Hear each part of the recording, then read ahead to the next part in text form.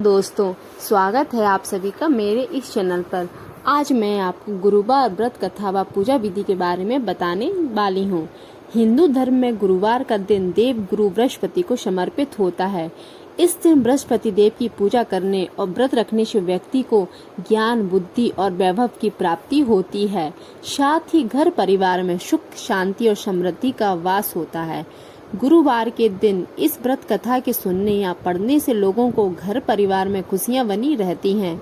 गुरुवार का व्रत करने से बृहस्पति देव की कृपा प्राप्त होती है और कुंडली में बृहस्पति के कमजोर होने के कारण विवाह की हर बाधा दूर होती है। नौकरी में तरक्की के लिए यह बहुत प्रभावी माना जाता है। अब हम पूजा विधि के बारे में जानते हैं। सबसे पहले गुरुवार के दिन स्नान करके व्रत का संकल्प लें। इस दिन पीले कलर के वस्त्र पहने। एक चौकी पर पीले रंग का वस्त्र बिछाकर उस पर भगवान की प्रतिमा या चित्र स्थापित करें। पीले फूल, पीला चंदन, पीले वस्त्र, पीला चावल, गेहूं, तिल, गुड़, घी, दीपक, धूप, नैवेद्य आदि अर्पित करें। इस दिन पीले रंग की चीजों का बहुत अधिक महत्व माना जाता है। पूजन के समय बृहस्पति देव के मंत्रों का जाप करें और आरती करें। पूजन और आरती के बाद व्रत कथा का पाठ अवश्य ही करें। इसमें व्रत कथा का बहुत ही महत्व माना जाता है। पीले रंग का भोजन बनाकर बृहस्पति देव को भोग लगाएं। चलिए अब कथा शुरू करते हैं। प्राचीन काल में एक ब्राह्मण रहता था। वह बहुत निर्धन था। उसके कोई संतान नहीं थी। उसकी पत्नी बहुत ही मलिनता के साथ रहती थी। वह स्नान भी न करती थी और न ही किसी देवता का पूजन करती। इससे ब्राह्मण देवता बड़े दुखी थे। बेचारे बहुत कुछ कहते थे किंतु उसका कुछ परिणाम ना निकला। भगवान की कृपा से ब्राह्मण की पत्नी के कन्या रूपी रत्न पैदा हुआ। कन्या बड़ी होने पर सुबह स्नान करके विष्णु भगवान का जाप व बृहस्पतिवार का व्रत करने लगी। अपने पूजन पाठ को समाप्त करके विद्यालय जाती तो अपनी मुट्ठी में जौ भर के ले जाती और पाठशाला के मार्ग में डालती जाती।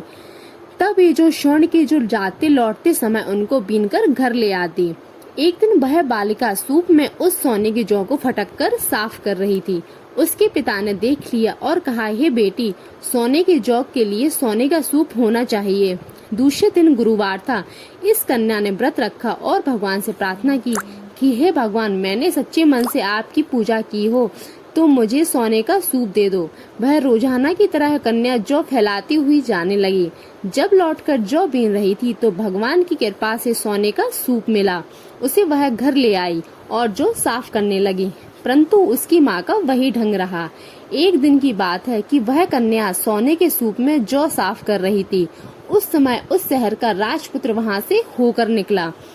इस कन्या के रूप और कार्य को देखकर मोहित हो गया तथा अपने घर आकर भोजन का जल त्याग कर उदास होकर लेट गया।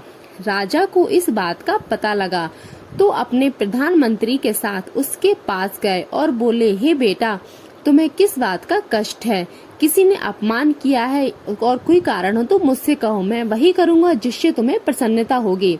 अपने पिता की राजकुमार ने बात सुनी तो वह बोला, मुझे आपकी कृपा से किसी बात का दुख नहीं है, ना ही मेरा किसी ने अपमान किया है, परंतु मैं उसी लड़की से विवाह करना चाहता हूँ जो सोने के सूप में सोने के जौ को साफ कर रही थी। यह सुनकर राजा आश्चर्य में पड़ गया और बोला, हे बेटा, इस तरह की कन्या का पता तुम ही लगाओ, मैं उसके साथ तेरा विवाह अवश्य करवा दूंगा। राजकुमार ने उस लड़की के घर का पता बताया। तब मंत्री उस लड़की के घर गए और ब्राह्मण देवता को सभी हाल बताया। ब्राह्मण देवता राजकुमार के साथ अपनी कन्या का विवाह करने के लिए तैयार हो गया।